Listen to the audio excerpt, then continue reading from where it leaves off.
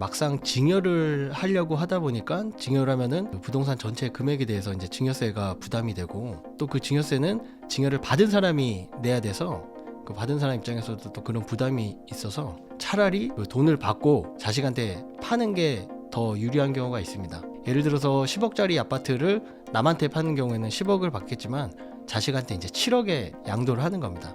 자식 입장에서는 그만큼 3억의 이익을 얻을 수 있는데, 거기에 대한 이제 증여세가 없이 10억짜리 아파트를 가져올 수 있는 그거를 활용을 하는 건데요.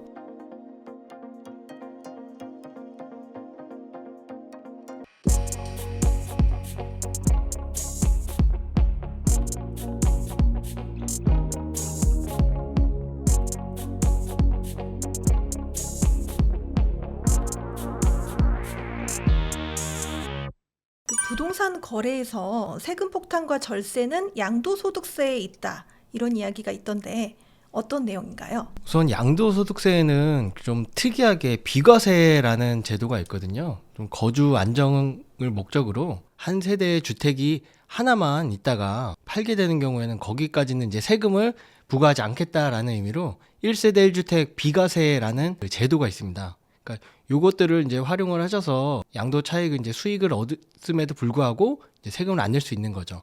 요건을 이제 간단히 말씀드리면은 우선 2년 이상은 보유를 하셔야 됩니다.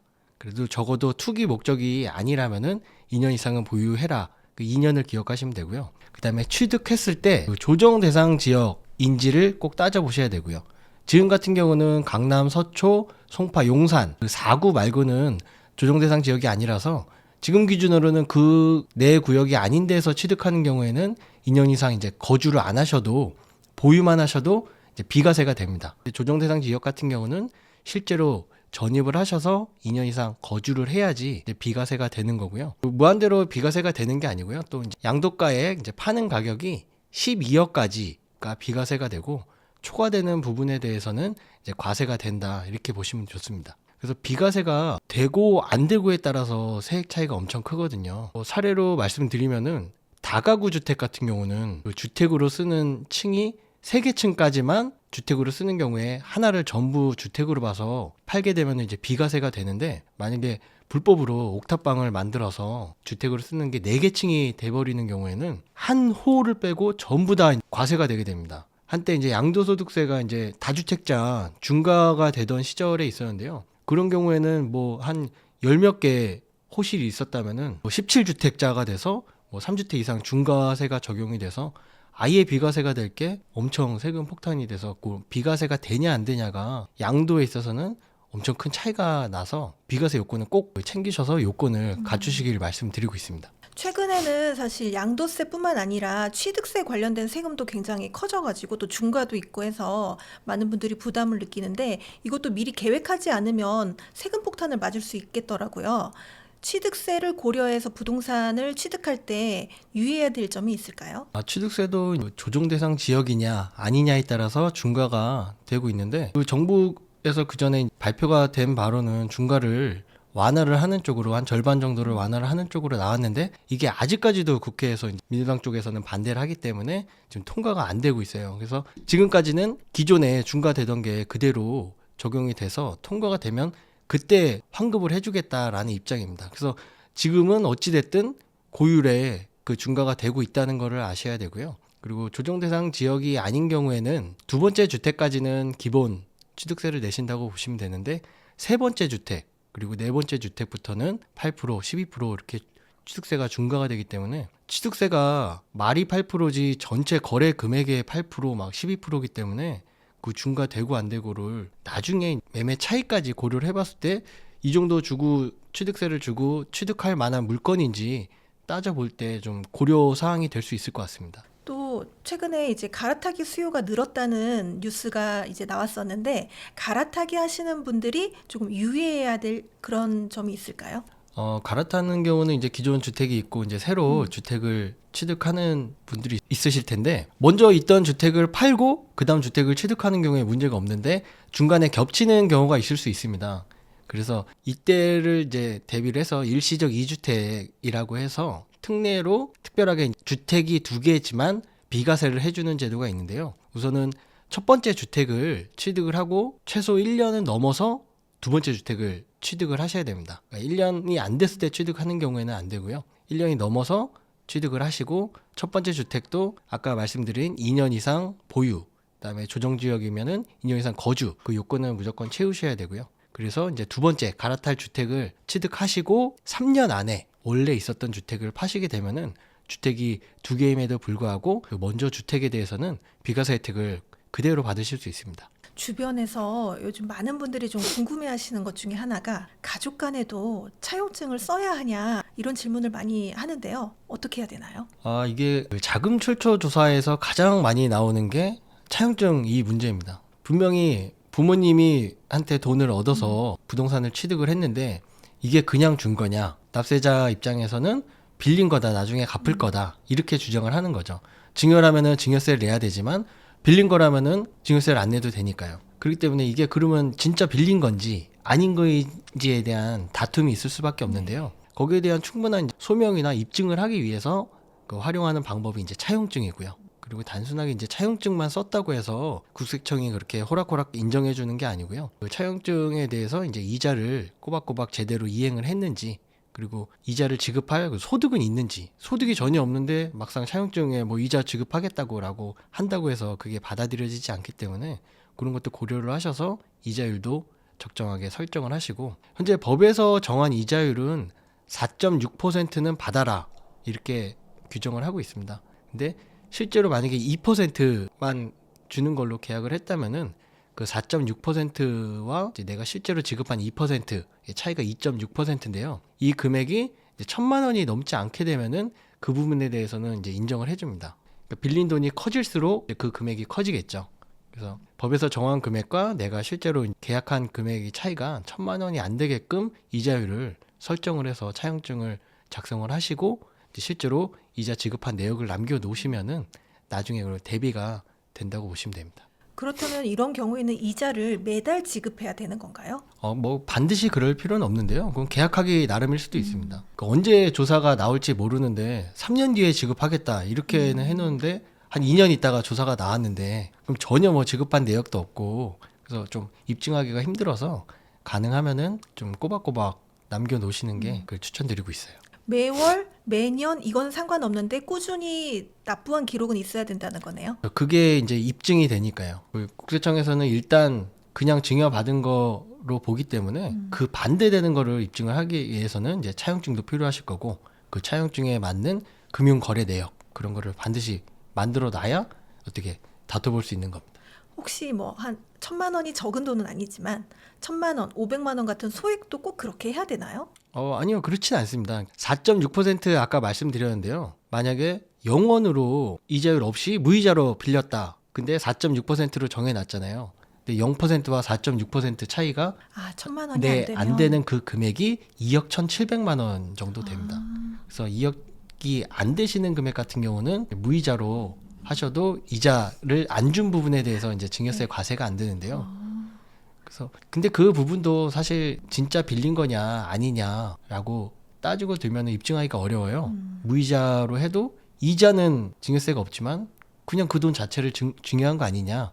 그래서 저는 보통 이제 원금 상환식으로라고 해도 조금씩 갚는 내역을 남겨놓으시라고 말씀드리고 있습니다. 네. 또 그리고 현금 인출에 관해서 여쭤보는 분도 계시는데요. 현금 인출을 뭐 매달 뭐 꼬박꼬박 얼마씩 빼면 세무서에서 모른다. 이런 이야기 하시던데 그런가요? 현금 인출 관련돼서 참 말이 많은데요. 네. 그런 그 현금에 대해서는 좀 포착이 어렵기 때문에 물론 세금도 세금이지만 뭐 불법 도박이나 혹은 마약이나 이런 범죄에도 현금이 많이 이용이 돼서 특히나 이제 현금 인출이나 입금에 대해서는 FIU라고 금융정보분석원에서 수집을 하게 됩니다. 근데 무조건 수집하진 않고 하루에 1,000만 원 이상 같은 은행에서 출금이 된다거나 입금이 된다거나 하는 경우에는 그 은행 그 자료가 자동으로 FIU 통보가 되고요. 그리고 의심 자료라고 해서 이제 은행원이 이제 직원이 그 인출하시려거나 그런 거래 내역을 보고 의심이 된다라고 한다면은 본인 판단하에 보고하는 제도도 있습니다. 그렇게 해서 FIU에 현금 관련해서는 이제 보고가 되고 그게 바로 이제 국세청에 가는 게 아니고 FIU에서도 이게 검찰로 넘겨야 될지 뭐 관세청으로 넘겨야 될지 파악을 한 다음에 해당 부서로 자료를 넘기고 그렇게 해서 이제 국세청에서 그런 자료를 토대로 포착을 하게 해서 그 조사 대상자를 선정할 수 있게 되는 겁니다. 그럼 100만 원 단위는 괜찮은 건가요? 일단은 거기서 이제 보고되진 않는 거죠. 부모 자식 간에 저가 양도를 하는 게 있다던데 이건 무슨 내용일까요? 가끔 저희가 뭐 부동산 네. 실거래 보면은 터무니없이 낮은 가격에 이제 거래된 내역이 한 번씩 보실 수가 있는데 이런 게 대부분 그 특수관계자끼리 그 거래를 한 거라고 보시면 됩니다. 이런 거래가 왜 있냐면은 막상 증여를 하려고 하다 보니까 증여를 하면은 그 부동산 전체 금액에 대해서 이제 증여세가 부담이 되고 또 그 증여세는 증여를 받은 사람이 내야 돼서 그 받은 사람 입장에서도 또 그런 부담이 있어서 차라리 그 돈을 받고 자식한테 파는 게 더 유리한 경우가 있습니다. 무조건 그 시가에 팔지 않아도 그 세법에서는 30%와 3억 둘 중에 적은 금액까지는 그렇게 싸게 거래를 하더라도 증여로 보지 않는 규정을 이용을 하는 건데요. 예를 들어서 10억짜리 아파트를 남한테 파는 경우에는 10억을 받겠지만 자식한테 이제 7억에 양도를 하는 겁니다. 자식 입장에서는 그만큼 3억의 이익을 얻을 수 있는데 거기에 대한 이제 증여세가 없이 10억짜리 아파트를 가져올 수 있는 그거를 활용을 하는 건데요. 이것도 무작정 저가 양도가 유리하다고 볼 수가 없는 게 양도를 하는 만약에 부모님 입장에서라고 본다면은 주택이 더 여러 채가 있으면은 양도기 때문에 양도소득세를 내야 됩니다. 양도소득세는 그 실제 거래된 7억이 아니라 진짜 시가인 10억으로 계산을 해야 되게끔 돼 있어서 양도소득세가 만약에 주택이 더 많아서 과세가 되는 경우에 오히려 증여세보다 양도세가 더 클 수도 있어서 오히려 불리할 수가 있고요. 그래서 대부분 비과세가 되는 주택에 대해서 어차피 얼마에 양도를 하더라도 비과세가 된다면은 그걸 이용해서 자식한테 싸게 그렇게 넘기는 게 가장 세제 그 혜택을 볼 수 있는 분들이라고 할 수 있습니다. 5억까지 증여세를 내지 않는 방법이 있다고 하시던데 너무 많은 분들이 궁금해할 것 같습니다. 그게 뭔가요?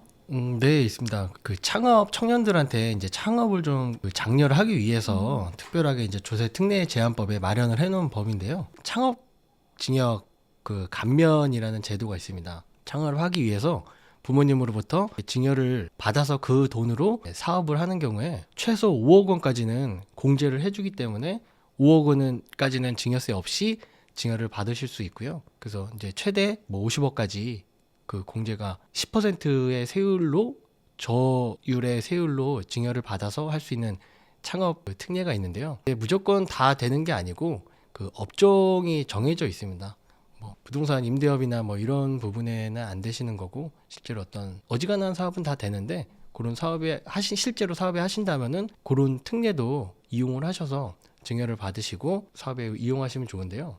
여기서 좀 간과하시면 안 되는 부분이 보통 증여를 하고 10년이 지나면은 나중에 상속세 계산을 할 때 그 먼저 증여했던 금액이 상속 재산에 포함이 안 되는데 10년이 지났다면요. 창업 자금을 이렇게 혜택을 받은 그 금액에 대해서는 10년이 지나서 상속이 이루어지더라도 먼저 받은 증여세에 대해서 상속 재산에 합산이 돼서 그때 상속세를 내는 겁니다. 그러니까 쉽게 말해서 지금 증여세 깎아줄 테니까 나중에 상속세로 내라 그런 거라서 그런 것도 한번 고려를 해보셔가지고 상속세 때 그 세금이 나온다는 것도 알아두시면 좋을 것 같습니다. 상속세라는 게 돌아가셔가지고 그 돌아가신 분이 그 날을 기준으로 과거 10년 동안의 계좌를 다 들여다본다고 이야기를 들었는데요. 그러면은 이 경우에도 그 10년 안에 있는 경우에만 그렇다는 걸까요? 창업자금 창업은- 특례는 10년이 지나가더라도 상관없어요. 상속세를 계산할 때 그 증여받은 금액을 합해서 상속세를 내야 됩니다.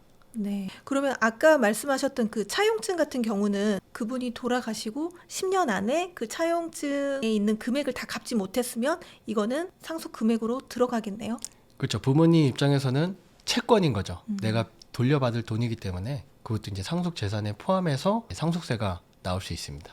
요즘 이렇게 상속세에 관해서 여쭤보시는 분들이 좀 있으신가요? 네, 아무래도 그 서울에 웬만한 아파트 한 채만 갖고 있어도 10억이 훌쩍 넘는데요. 지금 상속세 기준으로는 배우자가 있고 자녀가 있는 경우에 이제 최소 10억까지는 상속세가 없다. 그런데 웬만하면 10억이 다 넘으세요. 네. 그러니까 전혀 상속세 생각을 안 하시던 분들도 상속세를 걱정하시고 그 대상이 많아져서 이제 상속세 개정에 대한 얘기도 나오고 있고요. 그래서 좀 아무래도 부동산 가격이 올라가다 보니까 상속이나 이런 부분에 대해서 확실히 관심이 많아졌습니다.